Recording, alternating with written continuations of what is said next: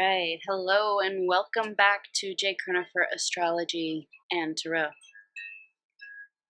We are channeling the energies of the new Moon Solar Eclipse and the beginning of Mercury Retrograde, what we shall be focusing on for this next 3-week retrograde period, the rest of Mercury in Taurus, so the next 2 months, Mars answering to Cancer and the Moon, Mars in Cancer, what those energies mean for us on a collective level. So we're channeling the energies now. I'm also recording this on the East Coast in the Philadelphia area, where we're expecting a pretty wild storm. So I hope to get through as much of this as I can, and as the universe and our higher selves, where we're connecting now, will allow.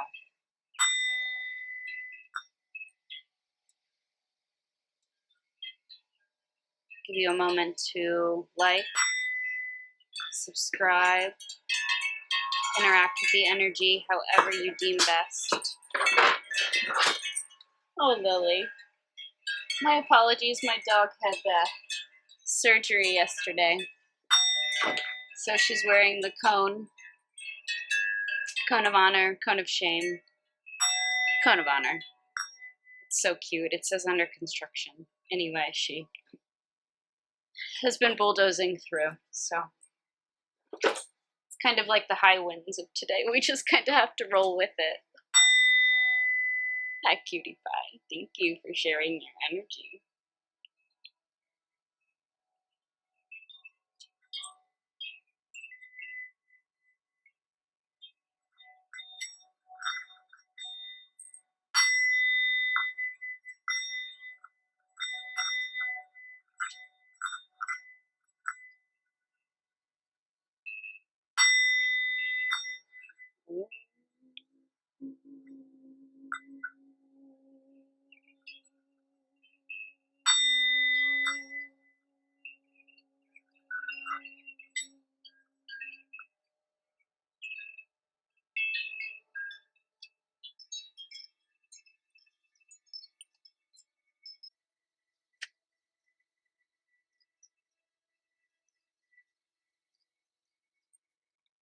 You can also light incense at home to connect. Make sure it's pointed toward you. Don't leave anything flammable unattended while it's lit.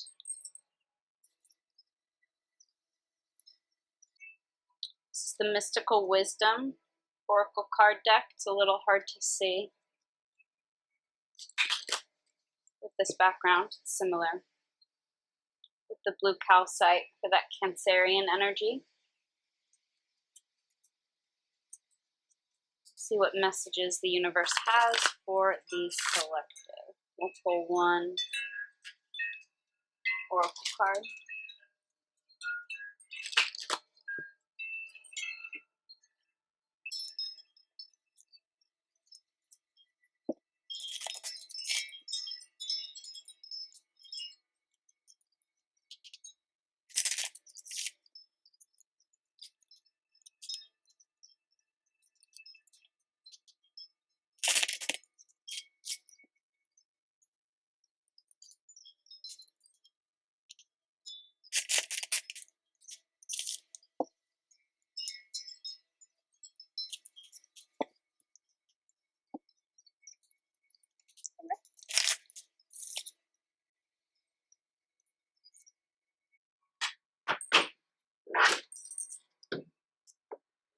Vacation. Take time for relaxation and adventure. So the reason I selected this deck to start with, there is no guidebook. So this is the entire point of tarot. It is, or tarot.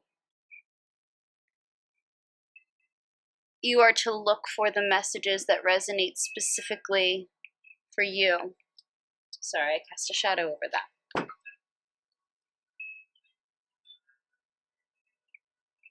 Vacation. Take time for relaxation and adventure. So look at the imagery in this card. We have birds in flight, Birds in flight usually symbolize a message coming in. We have a youthful, divine feminine energy here on a magic carpet. It seems to be hovering above the earth here. So she's connected and in tune with the elements of nature.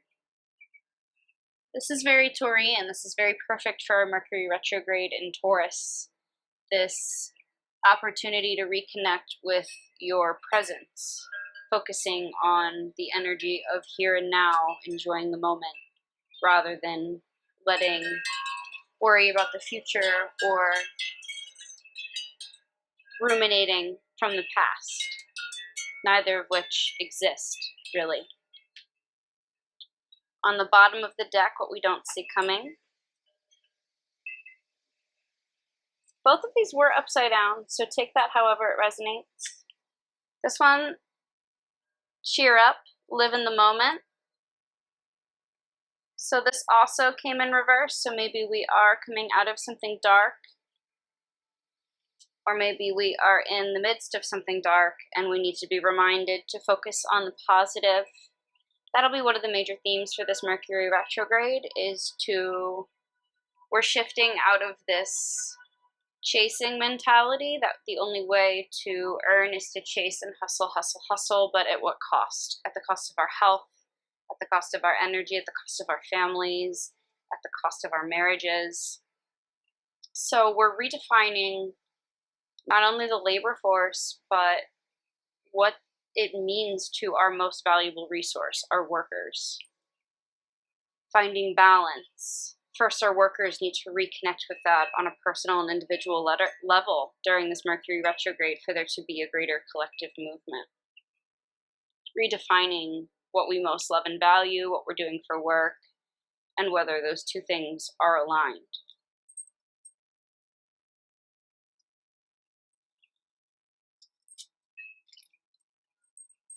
Here we have Moonstone. Now this is a necklace I wear daily, my shift for meditation.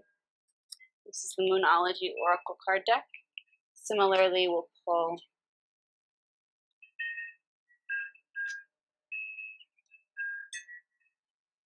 an overall message.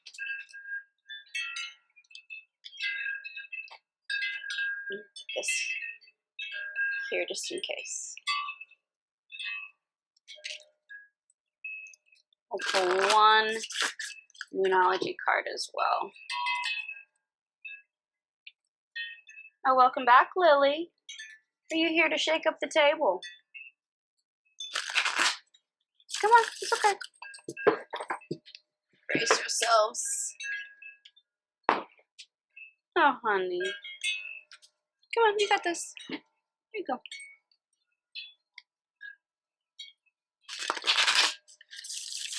Fortunately, it's just the skull that we lose each time.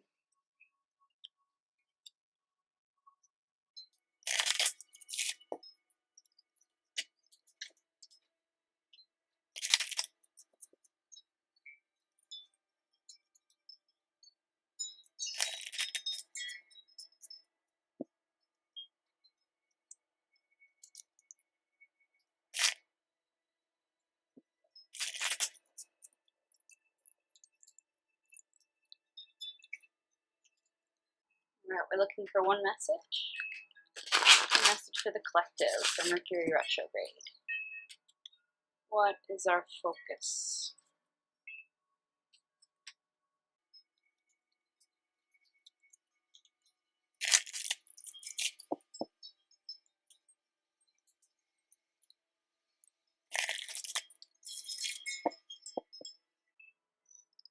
I feel like we have shuffled sufficiently. Full moon in Aquarius, show the world the real you. We're aligning with authenticity. New moon, a new start is coming. It's appropriate, we just had a new moon on Thursday, depending on which part of the world you're in. So we don't see the new start coming. What we do see is showing the world the real you, or focus, authenticity, aligning with authenticity, whatever that means for us. attracting authentic relationships by having the courage to shine our light fully so that we can attract people who are on the same wavelength, people who are also interested in learning dance and guitar and singing, pottery, whatever interests you have. Take a class, meet some people that way. It's a very authentic way. We have moldavite. It's one of the stones for Aquarius,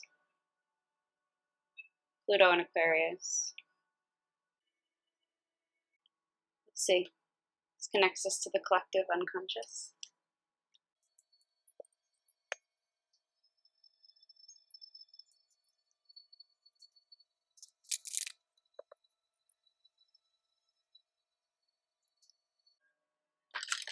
The storm is very eerie.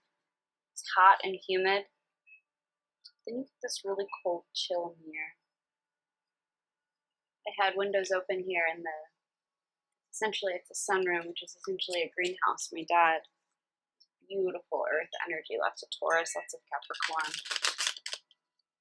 Now it's this amazing green thumb. So we have all these plants. They thrive in here. But I had a few windows open in the front, the back, and the side, and it was enough to spin one of the plants completely in a circle. So this should be really interesting. There has been a lot of talk about Uranus and Taurus, which is a rather long transit, but with, I believe it's 7 placements in the sign of Taurus right now. The sun, the moon was there until, by tonight it'll be in Gemini. It was there for Earth Day, isn't that beautiful? Mercury, the north node of fated events. Mercury, our conscious minds, communication and travel, now retrograde. Vesta, Juno, our long-term commitments. And Uranus, the planet of sudden change and revolution, all in Taurus, a sign ruled by Venus along with Libra.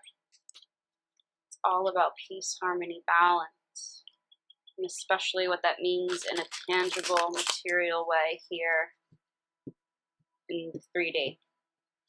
Taurus is a very practical, pragmatic energy, very grounded, very stable, very stabilizing to be around. They embody abundance. They embody relaxation.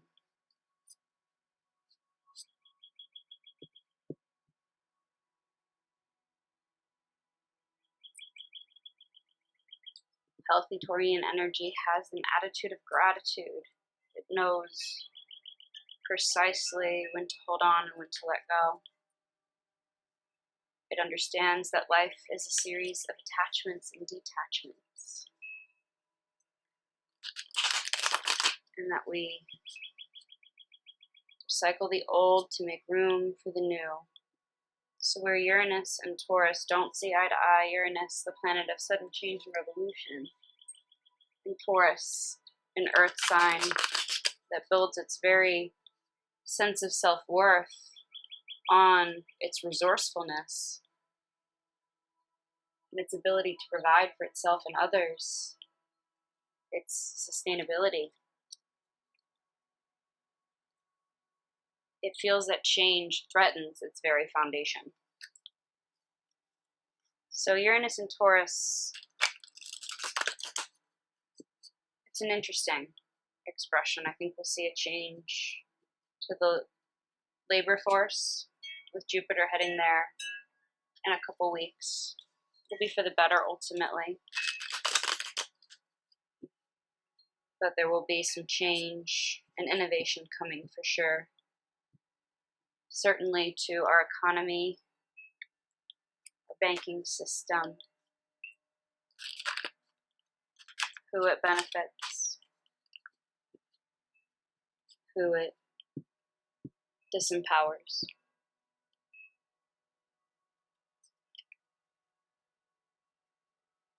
And Taurus energy also has a lot to do with Mother Earth and Gaia and the planet Earth, being in nature. So with Uranus, sudden change, revolution, with electric energy. I think Aquarius energy, Uranus energy. I think of Nikola Tesla, somebody who's just so out of this world brilliant that he really does seem to be out of this world. My nephew has his Mercury in Aquarius, which is also, we're seeing a little bit of it. We have Mercury at the beginning of Mercury retrograde. Mercury and Uranus are within 2 degrees, forming a tight conjunction. Mercury will, quote unquote, spin backward. It just appears to be. We are moving faster than Mercury is in their relative elliptical orbit, so it only looks like it's stopping and then spinning backward, but it's still a symbolic return, a reflection, a reworking, a revisit of sorts. So we'll be spinning from 15 to 5 degrees and then heading back to 15 degrees, and then in the beginning of June, Mercury and Uranus will finally conjunct or align exactly at 20 degrees of Taurus. Lots of Taurus energy. We're getting the same electrifying brilliance from their conjunction, especially as they're close together. The energy can be a lot to work with. I don't have it exactly, but I do have Uranus in my 3rd house, which is the house associated with Gemini and Mercury energy. So it is similar. It is, we don't really need caffeine or stimulants of any kind. It's already got more than enough energy. All right, I think we've shuffled sufficiently. I like to shuffle on camera.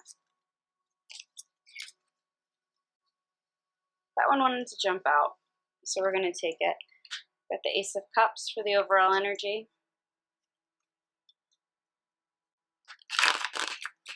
We'll see what else comes out.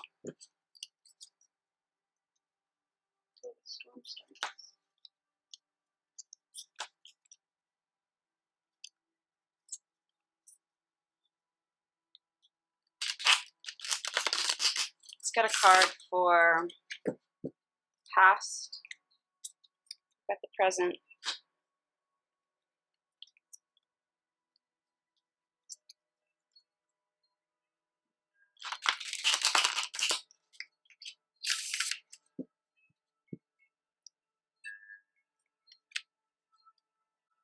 past,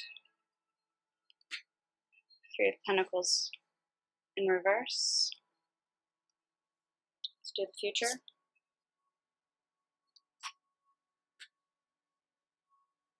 And what we don't see coming.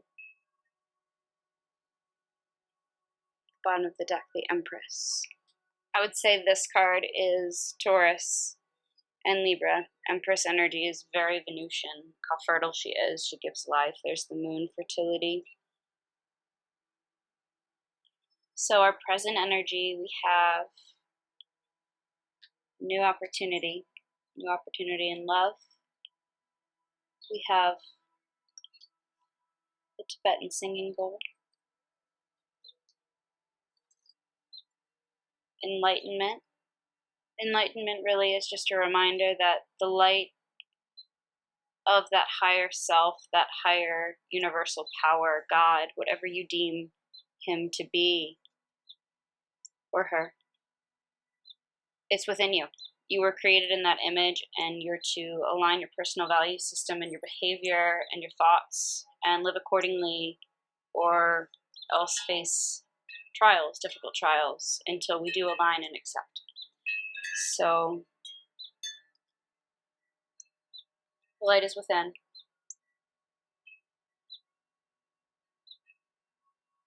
Past, we have the 3 of Pentacles, which the 3 of Pentacles in the upright usually means it's a happy family. working together. So this would represent a missed opportunity at a happy family. With it being Mercury retrograde, perhaps there is a chance, an opportunity to revisit something in the past where we could have worked as a family and we didn't take that opportunity. We didn't choose love. Instead, we chose fear or insecurity, and we stayed small and we didn't take the opportunity to evolve. And maybe we regret that, and maybe we wish we could go back and do things differently or apologize.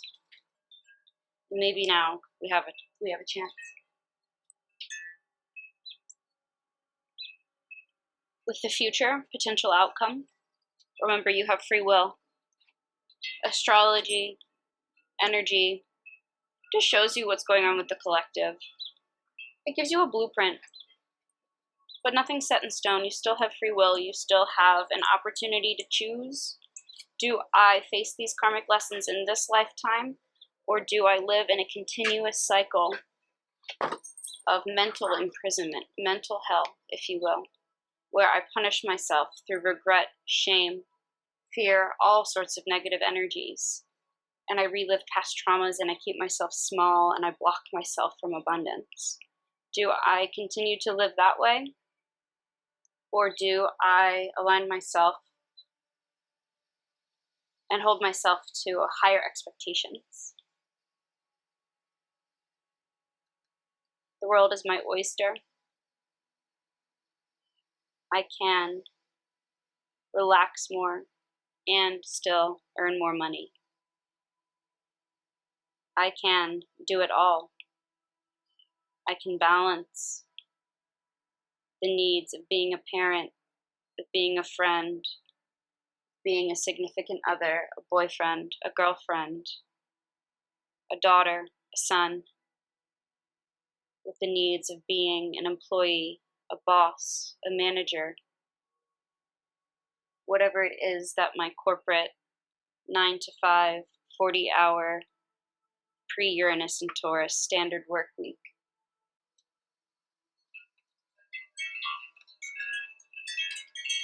I can have multiple streams of revenue. I can break free of this very Capricornian mold where only a small percentage profit while the rest and vast majority of the world live in poverty and disease. Do I invite more abundance in by letting go of what no longer serves the instant it no longer serves, expressing gratitude and appreciation for it on its way out? Or do I cling on to things and block future opportunities from coming in because I haven't created space? I haven't healed past trauma. I haven't let go of old wounds that would allow me to connect with a new opportunity when it comes knocking.